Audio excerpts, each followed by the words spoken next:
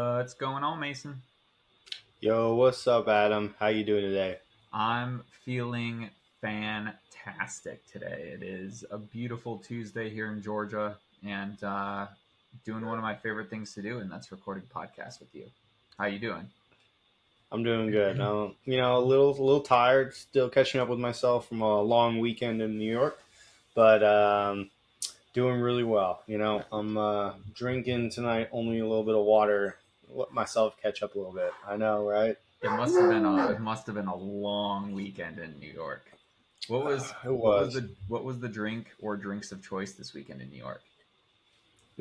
We went out to a bunch of different places, so most of the time it was if I was getting a cocktail, whatever was on the menu, something unique to that place.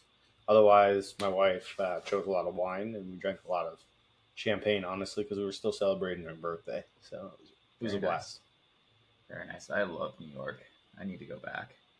Oh yeah, me too. I need to go back again.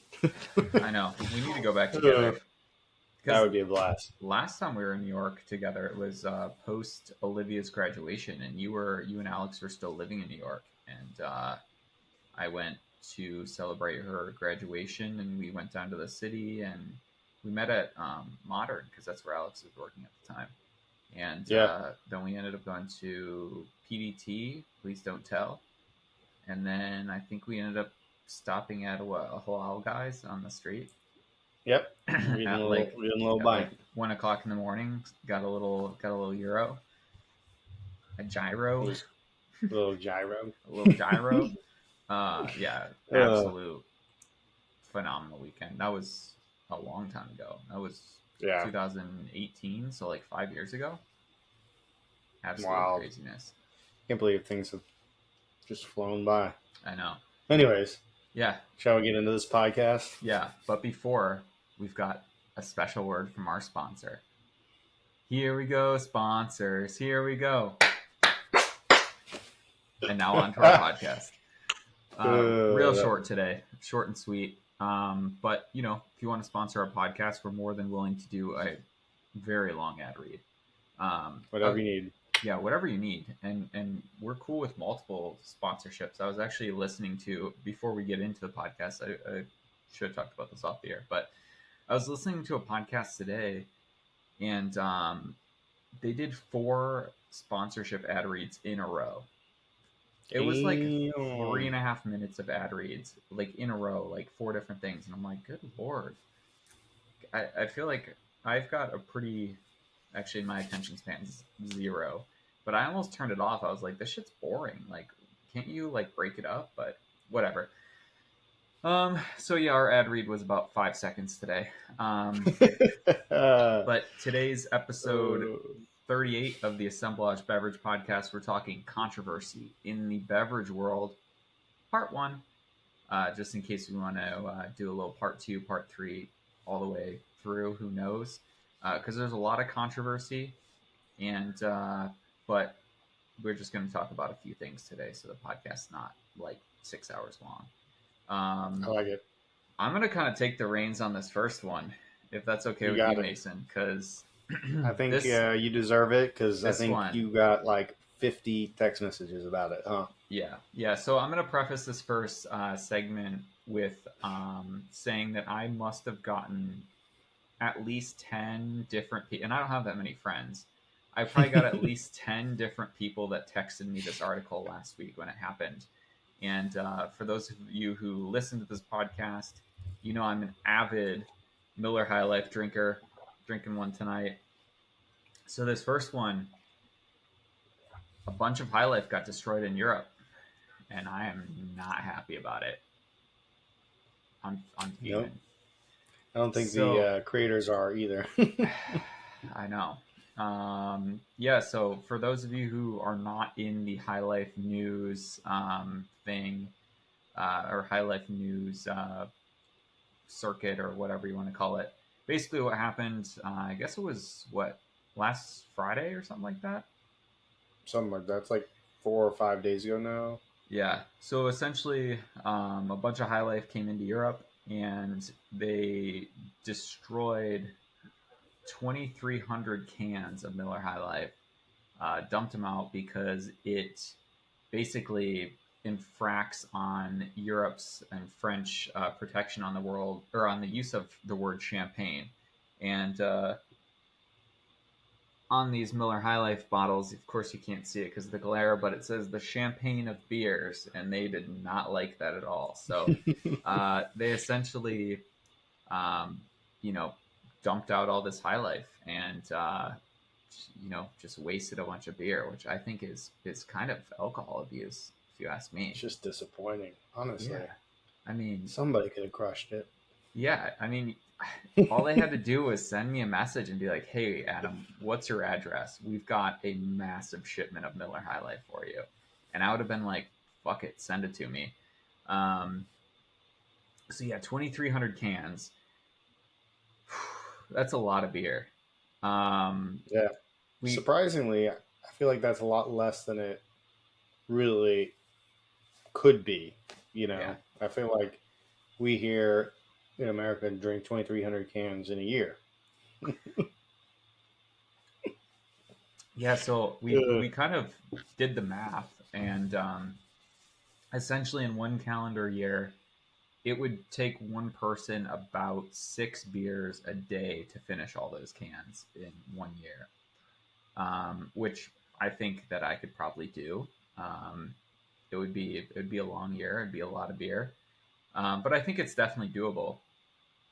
And then I was kind of thinking, well, so I looked at my High Life, and Mason and I had a full blown conversation, which we had to cut short because we were like, I was like, dude, we're talking about all this like funny stuff, and we're not even recording. So, but I was looking at the expiration date on my High Life that I'm drinking tonight that I just bought on Sunday. Expiration date July 3rd, 2023. So essentially, what, in 3 months? Not even 3 months. So I was like, okay, those beers that were destroyed, let's give them an expiration date of the end of August. So now, Fair. yeah, I mean, give or take, and honestly, I've drank High Life post expiration date. Like, it's fine. It's not any worse. It is what it is. So we did the math, and basically in 4 months, I'm putting this on me because I'm probably the only one, at least in this podcast, that would actually probably try and do this. To drink all of these High Lifes in 4 months, I would have to drink 20 cans a day. I mean, I think you got it. No problem. I could maybe do it, but I would have to quit my job. I would have to do it throughout the course of the day. Because if you think about it, that's in a 24-hour time period. That's essentially 1 beer an hour. Yeah, 4 hours to sleep. Yeah, and you're recovered, and then you're ready to go drink another 20 more beers. Yeah, and I was like, if you do it throughout the day, yeah, it's a lot of beer, but you could do it. But you essentially got to think, okay, if you work a normal 9 to 5 job, which I do, you get home at say 6 o'clock. And even if you drink till 11 o'clock, so you've got like 5 hours of drinking time, that's still 4 beers an hour. And you would have to do that for 5 hours straight. And you'd have to do that for 4 months straight. I mean, that is a lot of beer. You have to wake up the next day, still ready to go to work. Still ready to go to work, and then still ready when you get home from work to go back and do that all over again. I mean, I'm always up for a challenge, but that is a lot of beer, Mason. That is a lot of beer. Well, maybe you could separate a little bit and give yourself during the week a little less, and on your weekend a lot more. Yeah, I don't know. I think you could do it. I feel like that's one thing you can't get behind on, though. Drinking beers? Well, if you've got to drink 20 beers a day, let's say you drink 18 a day, and then you get an extra 2 per day on the week, which you have your whole weekend, right? And so you can actually drink from sun up to sundown, no problems. Yeah. Olivia would probably leave me, and I'd be homeless, but I'd still have my cases of High Life to walk around with to shelter you. Yeah, I mean, it's a lot of beer, and it's kind of interesting. Like, I'd love to Like, I don't really want to pay for that many High Lifes, but I'd love to get that shipped to me, and I'd just to love to get it like shipped to you. try the challenge. Like maybe for 1 week. Like see if I could drink 140 cans of High Life in 1 week. Well, And I then will just happily buy those beers for you. really. Yes.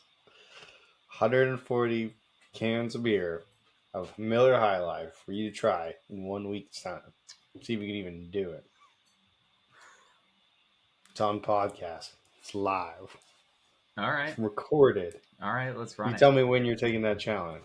Yeah, let's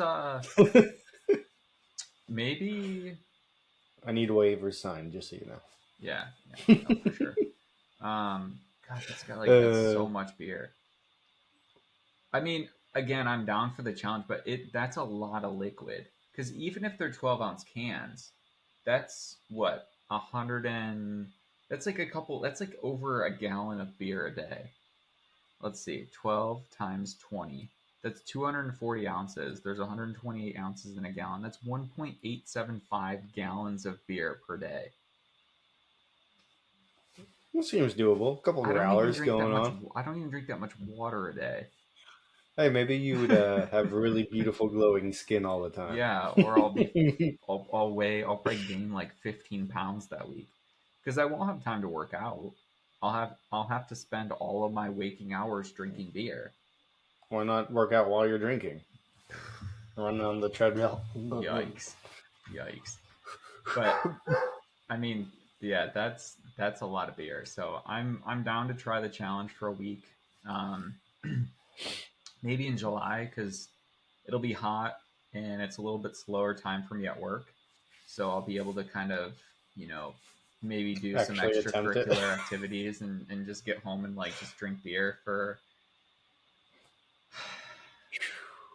Just thinking about it. I know. Well, enough Miller High Life drinking talk. Mace, you want to talk about our next? Speaking of not champagne, kind of a transition to the next topic. Yeah. So the next topic, which is California champagne or California sparkling wine. Never considered champagne except for in France in Champagne region. That's the only place allowed to be called champagne, and that is pretty much agreed upon the entire world, but not fully.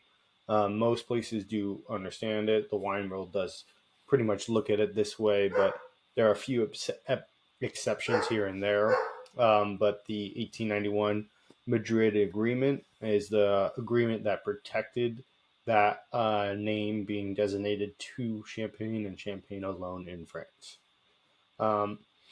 Method champenoise is the method used to create all these sparkling wines that are created in the champagne method, and it's the beautiful one. A couple of notable producers in California that still label as champagne here in the US, which is still technically okay, a little bit. It's still good because they were basically grandfathered in.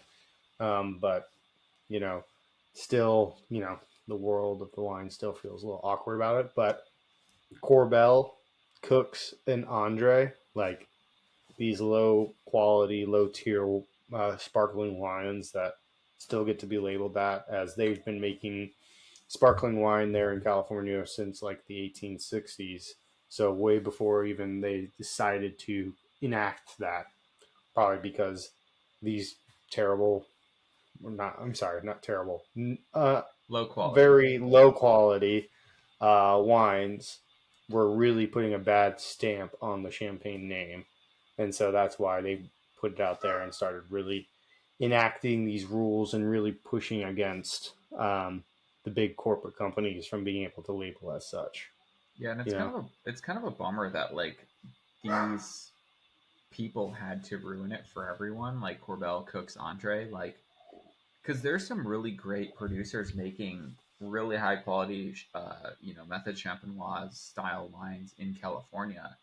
And there's a lot of champagne houses, like, producers that produce champagne in Champagne, France, that actually have property in California, and they're producing really high quality sparkling wine in California. But again, they can't call their wine champagne, even though they own property in Champagne. They can't call their California stuff champagne. But it just sucks that, you know, these three in particular labels can still call their wine California champagne, even though it's not made in the same style. Even like it's all forced carbonated stuff. It's not even made in that champagne method. So Yeah. kind of a bummer, but you know, it's kind of the same thing. Like, unfortunately, us as American, like, we kind of can get away with stupid shit like this. Like, it's kind of like how Franzia, like the box wine, they can make wines called like their white wine for a long time. I don't know if it still is, but it was called Chablis.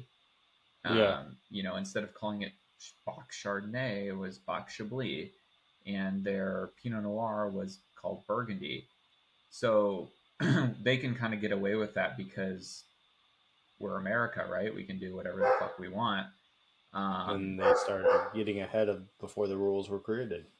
Right. So, of course, we have to ruin it for everyone. So, Yeah. but welcome to America. I mean, yeah, what?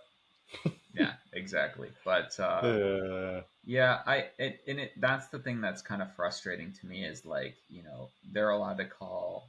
I'm still pissed about the High Life, but like, they're allowed to call it California champagne and it's wine, but like Miller High Life can't call out themselves the champagne of beer.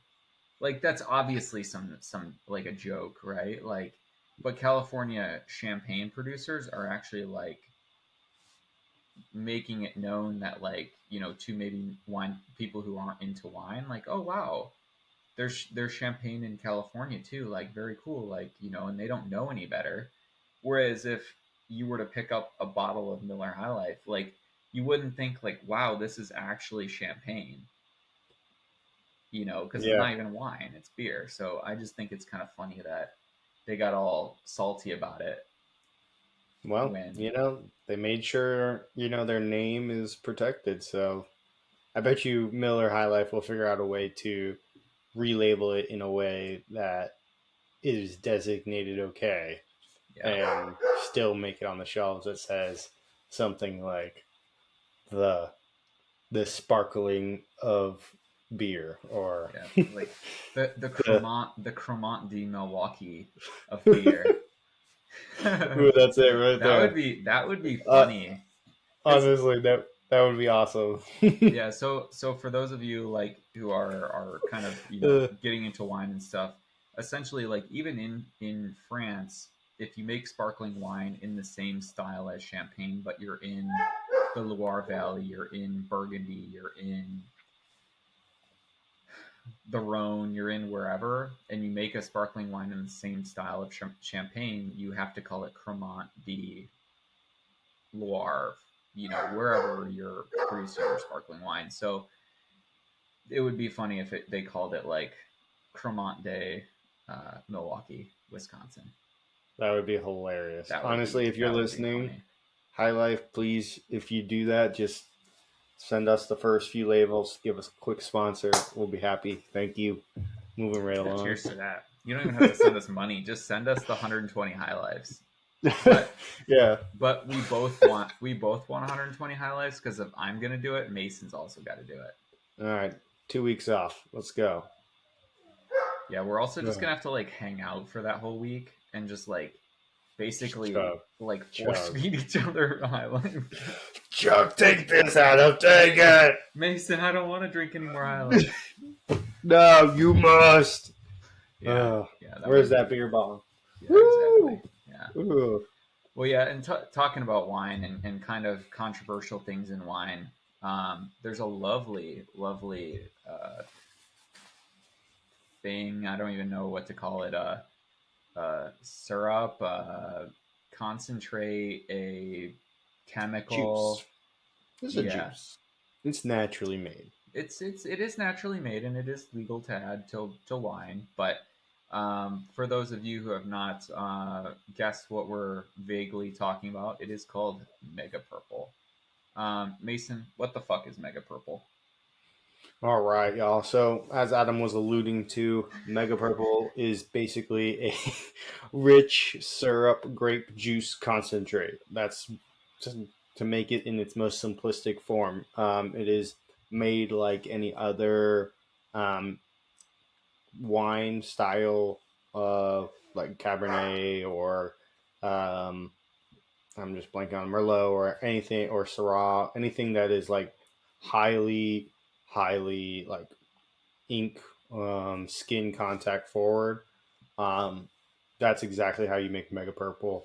Just like hard pressing, but even more so with this. Like the creation of this was really designed to bolster up any other wines that you add it to, making it a better color, a bump in color, a better texture, and a little bit more sweetness. So all these things kind of added adds to this to a wine that you add it to, and it's normally just very little added, but this is like a taboo kind of subject in the wine world because nobody really wants to talk about them adding mega purple to their wine because that mega purple is considered like not very good to be added to a wine. It means you're not doing the correct style. But I think our world has changed quite a bit in climate and whatnot. That sometimes these little things may be needed, but mm, mm, you know, it's that like Yeah, I don't know. Probably not. Shouldn't, but just let it evolve in its new world. You know what I'm saying? right. But California is probably the biggest um, User of it, per user. I was gonna say some sort of like criminal person. What do you say? advocate Like of it. I don't know. They're most user of Mega Purple, and it's just um, widely accepted in the California region. Just that people use it, and that's why I think also a lot of wine makers are fighting so hard against having to add label ingredients because nobody wants to list that they've had to add mega purple to their 75 or $100 bottle of wine that you've just purchased. Right. uh, yeah, but like there's just so many different little things to it. Like most of the world does actually use it as well in terms of like being accessible. I think Europe was one of the last places to finally accept it in 2006. And, it's just very rarely used here or there. I would say about 20% of the world use of Mega Purple is in wine. So not a whole lot, but also a lot more than you think. Yeah. Um, I really don't know how many gallons off the top of my head were actually made every year of Mega Purple, but I'm sure it's not a small amount. Yeah, I'm sure it's a lot. And I think California kind of gets dragged through the mud, and rightfully so, because they deserve every bit of it. Like, because it's kind of like a cheat code to wine, right? Like, you can automatically make like maybe the harvest wasn't that great that year, and instead of just saying like, listen, like harvest wasn't as good. Maybe the climate was colder, so we didn't get as much ripeness, and that way we weren't able to make as full of a body of wine. Like, and that's just kind of the style of this year. You kind of have that, like, well, yeah, that happened to the grapes, but hello, Mega Purple, and all of a sudden you've got this big, robust, round cab that maybe you wouldn't be able to produce otherwise. So, and there's certain producers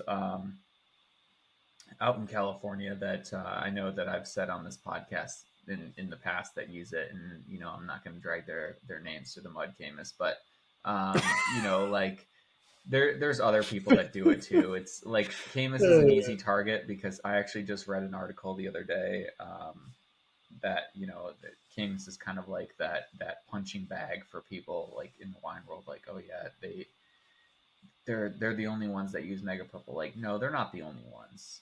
Like Mason said, 20% of the wine world uses it. Most of that is in California, but even people in Europe are using it. it's just one of those things that, again, it's a natural product that is legal to add to wine. They're not technically doing anything wrong. It's just the fact that it's kind of a cheat code in making these rich, robust, jammy wines. Um, and to me, that's just not the style that I really enjoy. But obviously, there's more people that are not like me than there are people like me, because you have people buying those really robust, jammy wines that are very mega purple forward, and they're billionaires. And so maybe when we create our assemblage wine, it's going to be mega purple heavy. Maybe one of them will be. It's just going to be straight mega purple. You could do that, and I bet you somebody would love it. Ugh. Yeah, no. Somebody would love it. If more in the future, than just one person. Yeah, and if in the future we actually do produce a wine, I'm gonna say right here that I promise to never use mega purple in our wine. It's absolutely like, I'd rather produce a wine that's like a little bit less round, less robust, and just accept like that's how nature wanted the wine to be that year, than to add something that's technically natural but not. Yeah. So, yeah. I get that. If we do end up creating a beautiful beverage selections, Mega Purple will be its own special category. I promise. We'll make that happen. Maybe. Most likely. Who knows? I wonder if in, you know how they make those wine kits, those like smell kits? Yeah.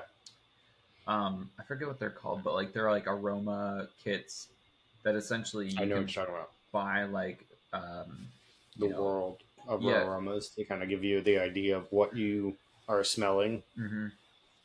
Yeah, so for those of you who like don't know what we're talking about, there's this company, I forget what the company's name is, but they make these little like perfume vials of different smells that you pick up in wine. So some of them are like fruit characteristics, so like it'll be like lemon, lime,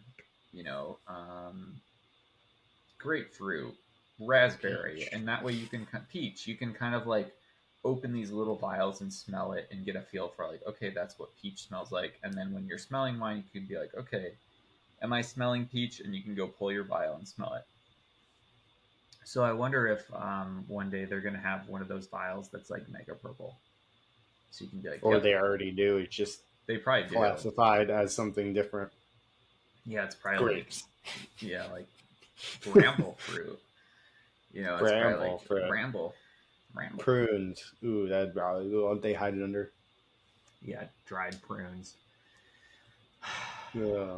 So all these different things in the mega purple world / winemaking world, kind of all things to kind of think about. I think really brings us into our next kind of topic, which is sulfites, which I think a lot of people know about, think about, talk about, and I think it's only more of a recent kind of thing that people really started talking about it when they, I guess, I don't know if it's discovered or realized or whatever it might be, with my air quotes over and over again, that there are sulfates in wine. And is that a crazy thing to think about? No. Is sulfates in almost everything? Yep. It's just there. It's part of it. But since it's such a hot topic, we are diving into that. And what is a sulfate? A sulfate is a preservative that helps keep something looking good and preserving it for a while. And that's really about it. That's all it really is there for. Yeah.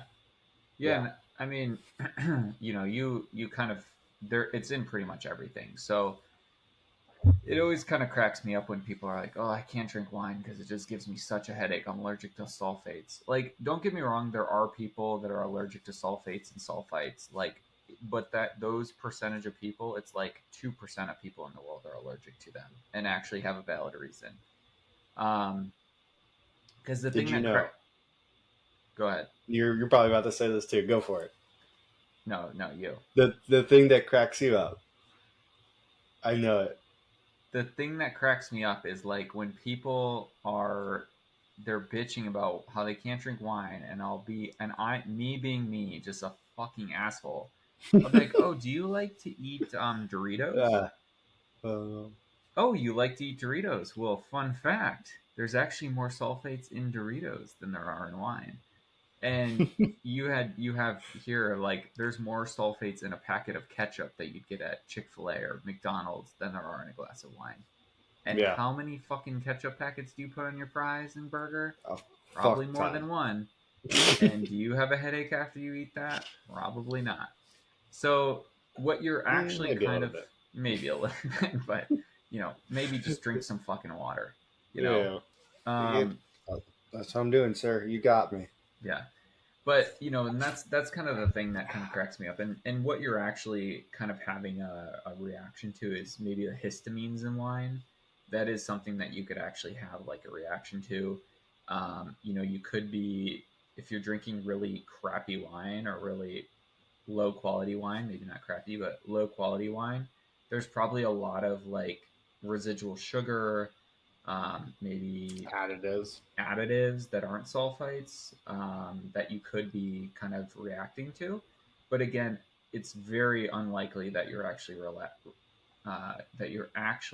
reacting to sulfates or sulfites, because not many people are actually allergic to it. So drink some water, maybe drink a little bit higher quality wine, and get over it. I agree with that. So sulfates in wine, just to give a little like scientific technical thoughts about it, ranges between 5 and 200 milligrams, with the average being 50 milligrams. So really not a lot. And I really should have done what the actual ketchup packet is, because it's probably like, Keep you know, going and I'll find it. thank you. So going through our list of things, just so everybody has a good idea of what to do, what they want to drink if they're really trying to avoid sulfates. Um, Lower acidity wines need more sulfates to help preserve it and keep it longer for or fresher for longer. That's part of it. If you have more color in wine, you need more sulfates to keep that color looking really good. Higher sugar needs more sulfates to keep it fresher again. So basically, on any of the opposites, you would have lower. So if you had a high acidity wine, you'd be on your probably lowest amount of sulfates. Again, with your color, if it was very clear, again, super low on the sulfates. And then if it was uh, like super dry as well, the lowest amount. So white wine, high acidity, um, and dry, you'd have a very low sulfite style wine. What does sulfate kind of smell like? It sounds like sulfur, kind of like farts or um, Rotten eggs. rotten eggs, just like not really pleasant smelling things. Um, Anyways, to kind of eliminate that initially when you are opening up a bottle, if you open up a warm bottle, you'll get the most prominent smell. So to remove that, chill your bottle beforehand or decant it, and that will help negate or remove most of that kind of sulfur smell. And then, just so you are in the know, the most extreme sufferings that you can get from sulfates are stomach pains, headaches, hives, swelling, and diarrhea. So So you're not gonna die. Is you're that not what gonna you're die. is that what you're telling me? Yeah, it'll be annoying. It's something to deal with, but you know, something you could power through. Honestly, if you really, really wanted to enjoy some high sulfided wine or just regular old wine. You know what I'm saying? Yeah. So for all you gremlins, for all you sulfite gremlins out there that are just bitching about, all the sulfites in wine make me feel bad. Here are some wines that are higher in, or here are some foods that are higher in sulfites than wine. Processed meats such as sausages and burgers.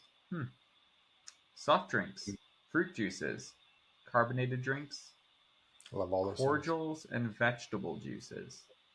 So you think that Cordials. you're all healthy drinking your beet and turmeric juice? Well, there's sulfites in there. Dried fruits and vegetables. Then you've got wine, beer, cider. pickled food, guacamole, and like dehydrated vegetables such as dried onions, so like seasonings and stuff like that. So Guac. Damn. yeah, I love me some guac. Me too.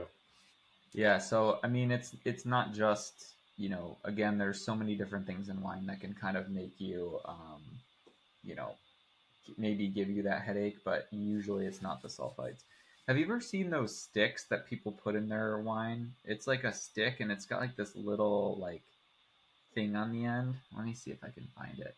It's for reading how much sulfite is in it. Like it's supposed to remove the sulfites from wine. You basically, it looks kind of like a tea sachet on like a stick.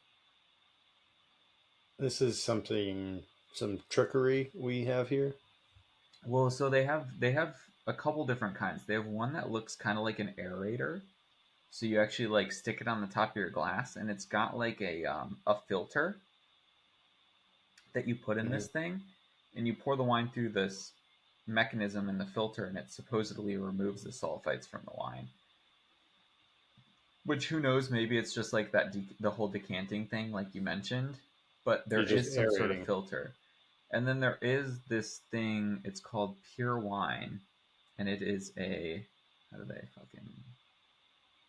So how many people are drinking such shitty wines that they had to create these items? Well, and I had a guest at my restaurant at Scarpe that would bring in this thing. It's called the wand, and I doubt you're gonna be able to see a picture of it, but like there's like these little sticks. It's hard to tell because of the glare, but there's these little sticks that you put into wine, and it's got like this weird mesh thing on the end of it, and essentially, here, let's see what the product features and details. The wand, which this is not sponsored, so they're just getting some free advertising on our website. I mean, not really free advertising because I'm kind of shitting on it, but so here's how they market themselves: stir away the wine headaches and hangovers. The wand trademark wine purifier is the only product available that purifies your wine by removing both histamines and sulfites from a single glass of wine. Each box contains an assortment of twist-off wine charms, including hearts, lucky clovers, diamonds, wine drops. Basically, does not add any harsh chemicals to your wine. It's FDA compliant and BPA free. Don't really know how it works, but you can buy it in 3, 8, 30, and 90 packs for all of your wine drinking needs. They've got a subscription service, so you can subscribe and get them shipped to your house however frequently you can go through 90 of these wine wands. How many do each of them last? How does it's just that one work? glass. It's one glass. One glass. So you use one per glass. Yep. 90 would go pretty fast then. Well, yeah, I mean, you got to think like that's five per bottle of wine if you have your standard 5-ounce pour, which I'm guessing for those of you who use this wine wand, you're filling your glass damn near full instead of actually doing a 5-ounce pour. So maybe it's like 2 glasses of wine out of a bottle. Yeah. So maybe it's 2 wine wands per bottle. Although, I don't know. Do you need to stick 2 wands in there if you've got more full glass? That much? I don't know. Maybe it's a certain volume, or maybe not. Yeah, I don't know. Maybe it's just a bunch of shit and they're selling a product. Like maybe they're the geniuses and we're all the idiots because they're making a ton of money selling these little things. But obviously people are buying them because they're selling them in 90 packs. Yeah. I need to invent something like that now. All right. Well, what an interesting topics. I think it's time to move on to the question of the day, which I think is a very fitting question for today. Yeah. So why don't you read it off? Question of the day. What would you end up doing with the 2,300 Miller High Lifes if you had to dispose of them? So if you were that French or that European organization that had to dispose of all those High Lifes, would you actually dispose of them? Or would you sneak them out of there and do something with them? What would you do with them? We want to know. make sure you answer that down in our Spotify question, Spotify exclusive question of the week. Mason, what would you do with all those beers? So if that was me and I was able to take them all with me, I'd be throwing the biggest rager there ever was. You know, Project X, Adam? Mm-hmm. Well, this would be Project Z. So we'd be going big. Z. Yeah, 2 steps above. Or Project C, Project Champagne of beer. Ooh. You know, that's when you get in trouble, though. That's when you have to crush them all, That's throw true. them away. That's true. That's true. Yeah, you can't be No, testing we're your gonna luck because you're already sneaking those suckers out of there. right. We gotta just, relabel them. Just Miller or High Life. Yeah, I mean, or, yeah. Or Creme. Or you just take the cans and you just cross out the champagne of beer. You just black it out just with Sharpie. Yeah, just classic. But do like just like one line so you can still read it. You know, it's like not even like fully blacked out. And some of them you accidentally like ran your finger across, so it's like smudged. It's like not even crossed out all the way. That would be great. I'd probably do the challenge. I'd try and do the challenge, and I'd probably do it like the year challenge. I don't know. I really don't think I would be successful. Like 6 beers a day. That's a lot of beer. It is a lot of beer, and I could sit here and talk mad shit like, oh yeah, fuck yeah, I'd do that. Like, but that is a lot of beer to drink every single day, and I'm sure there's some people out there that do drink that much beer, and like, good for you. They're like, oh, 6 beers a day, that's easy. I don't drink 6 beers a day. You know, I could drink 6 beers for maybe a couple days in a row, but eventually I'm gonna be like, you know, and I love High Life, but I like to have a little bit more variety in my drinking, you know. Well, if we could change that to just alcohol percentage, and that's all you've had to drink was that much alcohol percentage, I think it's possible. Yeah, it's just a lot of beer. Yeah, a lot of liquid. It's a lot of liquid. A lot of going to the bathroom. Take the alcohol. Once you break that seal, oh my gosh, I can't imagine.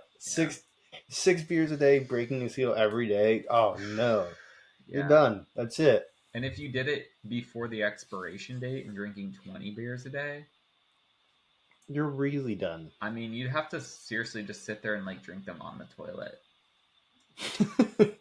Just be flowing through you. Yeah, exactly. God, so much High Life. But I mean, it's still sad it got dumped out, but it is what it is. You know, they probably sold way more cans and merchandise just from that publicity. Oh yeah, and I'm sure the people that really love High Life in those countries that you got denied are like, the fuck is this? Come on. Exactly. It's the champagne of beer. Exactly. Not champagne. It's not champagne. Yeah. Cremant de beer. Let's call it that. There it is. Cremant de Wisconsin. Cremant de Milwaukee. Yeah. That would be electric though. That would be special podcast, special release. I might send them a message. Yo, do it. You won't. I'm gonna send them a message right now on the pod, and then we're gonna be done. But yeah, I gotta share that with them. Let's see, Miller High Life. I'd be surprised if they did not think of this yet. I'm gonna start it as howdy. Howdy. So my name there is Adam Shoemaker, and I've got the best there idea there ever there was. Howdy. So I've got a marketing idea for you. I need regarding fellas your European sales and destruction of them beers and the destruction of all them High Lives. I was just so heartbroken that I had to write you when I read this message. And I hope it finds you well and you send me some beers. I mean, you guys make it happen. We appreciate it. All of a sudden, I'm a fucking rodeo clown. Yeah. Giddy 'em up.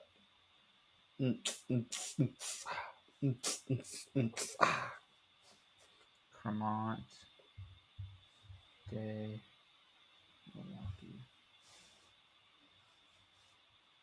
All right, cool. Hey, Message sent. right on. Mason, what do our subscribers got to do? They got to like, subscribe, share, post, repost everywhere, anywhere, allwhere. I need Anyways, our listeners to do what those European officials did to those highlights and destroy that motherfucking subscribe and like button. Just destroy it. Dump it out. Hit it so hard it explodes. You know the drill. Listen to us on any streaming platform, YouTube, all that good stuff. We appreciate all the love and support. And Mason, 38 episodes down. 38 yeah. episodes And in the book. should we say, here we go, sponsors. Here we go. Keep on blending, everyone. Keep on blending. Peace.